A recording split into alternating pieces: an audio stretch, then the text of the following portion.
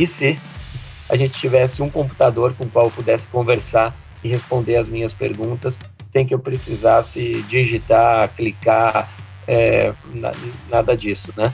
Essa não é uma ideia particularmente nova. Se a gente for buscar na cultura pop, a gente vai ver em 1982, o Blade Runner tinha um computador que a pessoa conversava com ele, Star Trek, a Ira de Khan tinha o computador em que o Capitão Kirk andando pela Enterprise e conversando com o computador, com C maiúsculo, né?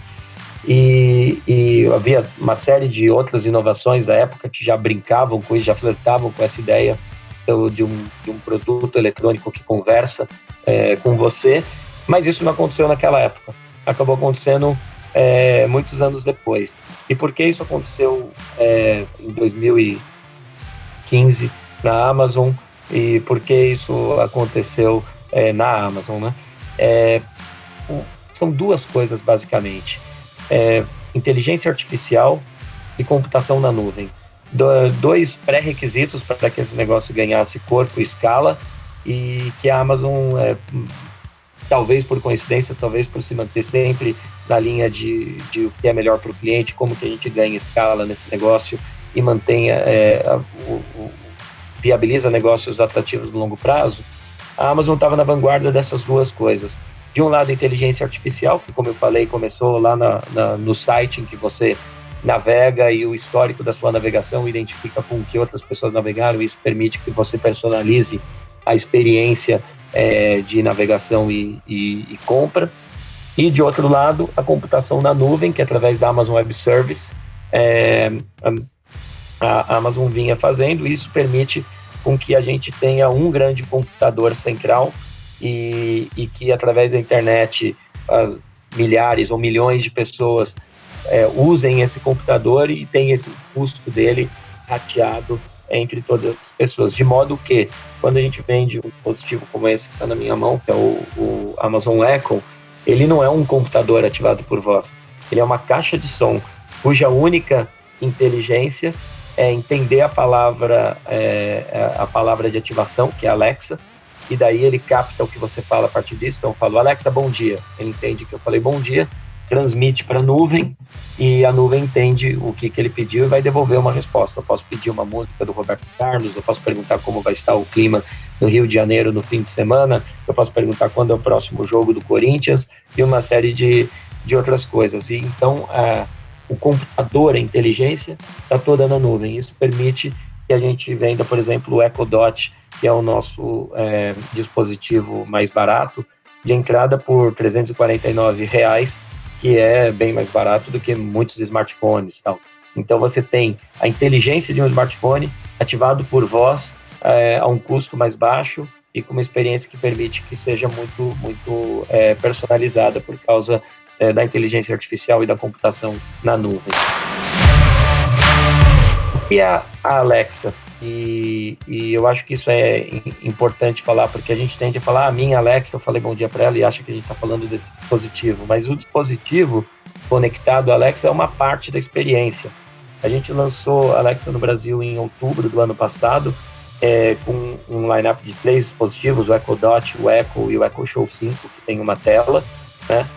Hoje a gente já aumentou isso com o Echo Show 8, que é uma tela maior de 8 polegadas, que são caixas de som inteligente, que inclusive 2 delas têm telas, que permitem captar o seu som e te entregar uma resposta, que pode ser um vídeo, uma música, uma voz, né? Agora, outras coisas compõem esse ambiente da Alexa. Muitas coisas são criadas por nós mesmos, da Amazon, por dezenas de times de tecnologia no mundo inteiro. Então, quando você pergunta, Alexa, quanto é 2 mais 2? Alexa, como estará o tempo? Alexa, quando é o próximo jogo do Corinthians? A gente tem uma série de inteligências que permitem que a gente busque essas respostas, traga para os nossos clientes.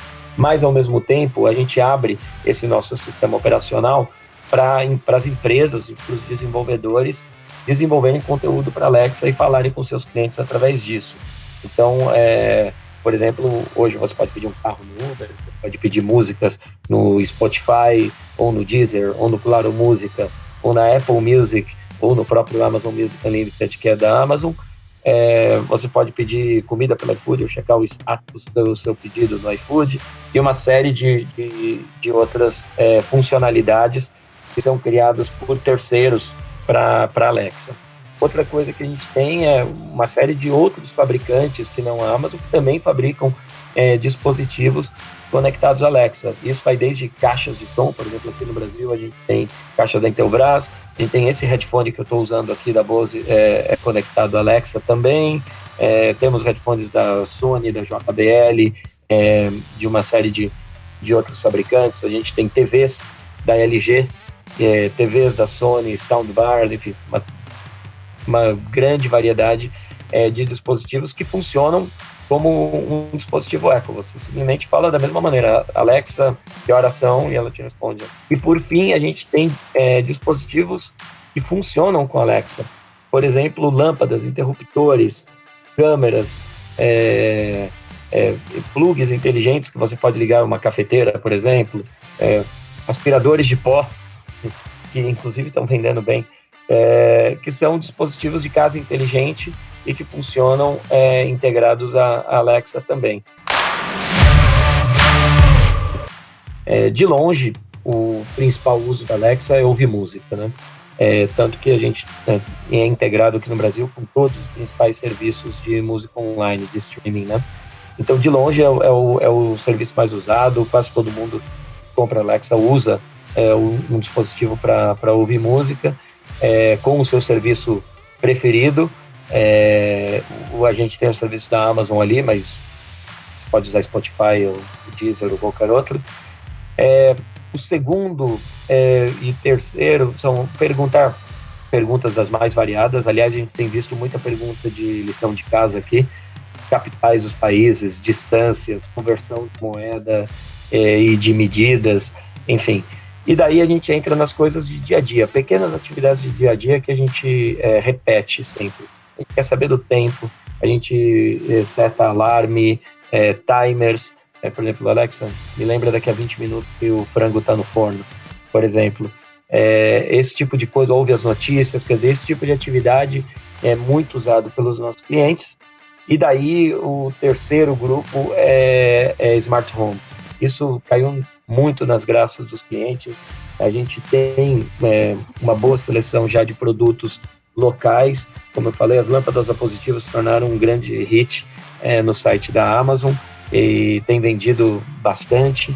E a gente tem percebido que os nossos clientes estão adorando entrar nesse mundo da casa inteligente, que já existia antes, mas era algo que tinha uma barreira de entrada muito alta, custava caro, você contratava um consultor para fazer o projeto, para desenvolver um aplicativo customizado para sua casa, e hoje você compra com R$80 uma promoção, uma lâmpada, conecta ali, conecta ela ao Wi-Fi pelo aplicativo e começa a falar para a Alexa. A Alexa acende a luz do quarto, a Alexa apaga a luz da sala e começa a funcionar. Então isso é um terceiro uso muito, muito popular que a gente tem visto. E aqui no Brasil, a gente teve muito cuidado de não só traduzir, fazer a Alexa entender português e falar português, mas como a gente se preocupa muito em dotar a Alexa de cultura brasileira e de referências culturais brasileiras. Então, por exemplo, aqui tem um pequeno clipping de manchetes de quando a gente lançou a Alexa. Então, meio mensagem disse: Alexa chega ao Brasil descontraída, entendendo gírias.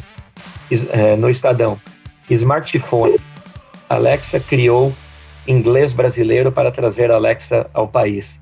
Quer dizer, se você fala com a Alexa, ela fala: Alexa, o que é um smartphone? Ela responde: smartphone é um telefone celular que tal. Ela fala com um sotaque brasileiro as palavras. Por exemplo, smartphone, LinkedIn, Aerosmith, ao invés de Aerosmith, que soaria até meio... Eu nem falo direito isso. Do Tech Tudo, Amazon Alexa chega ao Brasil totalmente adaptado ao português. Aqui, em outra matéria, tem coisas que a Alexa responde. Então, por exemplo, o time de futebol, se você pergunta para que time a Alexa torce, ela vai escapar pela tangente e não vai assumir nenhum time, porque sabe que isso é assunto sério aqui no Brasil. Então ela vai dizer: aqui é Brasil, seleção brasileira sempre, ou que vontade de pegar a próxima Copa do Mundo. Se você pergunta quem é a cantora favorita, ela diz que é a Rita Lee e a Isa. Fala, Alexa toca Raul, ela toca Raul Seixas. Alexa imita o Galvão Bueno, Alexa imita o Silvio Santos. Ela faz essas imitações, ela cita letras de músicas famosas, de artistas muito populares, como Sandy Júnior. Então, essas coisas são, aliás, um abraço para o pessoal do Zero Hora, que a manchete do Zero Hora foi: assistente virtual da Amazon, Alexa chega ao Brasil sabendo cantar hinos do Grêmio e do Inter. Bem ao estilo gaúcho. De fato, a Alexa canta os hinos do Grêmio e do Inter, assim como de outros 27 times muito populares no Brasil, de todas as regiões. E, por fim, chegando nos comentários dos clientes, que é a parte principal e a mais satisfatória, a que mais nos enche de orgulho, ver pessoas como: fui dar bom dia para a Alexa e ela foi tão educada que eu me emocionei. Virtualmente, a pessoa não precisa de treinamento nenhum para falar aquilo. Ela pode simplesmente habilitar o aparelho, ligar a internet, a partir daí é só falar: Alexa, bom dia. Alexa, quanto é 327 vezes 12? Alexa, imita um leão. Alexa, qual que é o som de uma girafa? Enfim, você não precisa de treinamento nenhum. E, de fato, o que a gente tem observado é que Alexa tem democratizado muito o uso da tecnologia. A gente tem recebido muito feedback de clientes nossos falando de que as crianças de casa estão super entretidas com a Alexa e estão ligando para os avós através da Alexa e que estão se divertindo com música e com vídeos e com histórias. Por exemplo, aqui no Brasil a gente colocou, se você falar, Alexa, me conta uma história do sítio, ela conta uma história tirada de Reinações de Narizinho, do Monteiro Lobato, que entrou em domínio público há cerca de um ano atrás. Então, a Alexa conta histórias variadas para as crianças, tal. E, ao mesmo tempo, na outra ponta, pessoas idosas, de terceira idade, que já têm, muitas vezes, a mobilidade ou a acuidade visual já debilitada, e a Alexa habilita essas pessoas a fazerem de tudo. Então, semana passada mesmo, recebi um e-mail de um cliente falando que o pai, com mais de 90 anos já, estava usando muito a Alexa e falava assim, ele passou entre aspas, ele dizia: eu converso quase 2 horas por dia com a moça. Basicamente, ele pede para ela tocar Roberto Carlos, pede para ela contar piada e pergunta como vai estar o tempo, se vai chover ou não. E no meio disso, a gente tem, inclusive, uma coisa, eu não vou dizer que é uma surpresa para a gente, porque a gente considera isso, mas a acessibilidade também. Então, a gente tem aqui 2 casos em que a gente diz, que pessoas falam para a gente de como a Alexa melhorou a vida de clientes. Uma delas trabalhava como cuidadora de idosos, né, de pessoas mais velhas. Fala: um dos meus clientes tem esclerose múltipla e ele pede para a Alexa tudo que ele não consegue fazer, por exemplo, acender a luz, essas coisas. Outra diz que a mãe tem Parkinson e recentemente teve uma evolução muito drástica da doença e a pessoa colocou vários ecodots espalhados pela casa, assim a mãe consegue controlar a iluminação da casa com facilidade, ligar para alguém em caso de emergência, ser lembrada dos remédios, tem que tomar de 3 em 3 horas, até tocar músicas, e obviamente isso deixa a vida mais animada para ela.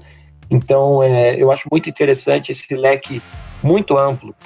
Muitas vezes as pessoas me perguntam: Alexa funciona como, né? É mais para quem é nativo digital? É mais para as novas gerações? E não, o que a gente tem encontrado é que a Alexa tem uma vocação muito grande de melhorar a dinâmica das famílias dentro de casa, e isso incluindo uma família bem brasileira, né? Tem criança, tem os jovens, tem os adultos, tem os idosos que moram junto com a família, e todo mundo consegue ter uma experiência divertida, informativa e às vezes até libertadora com a Alexa. E isso nos enche de orgulho.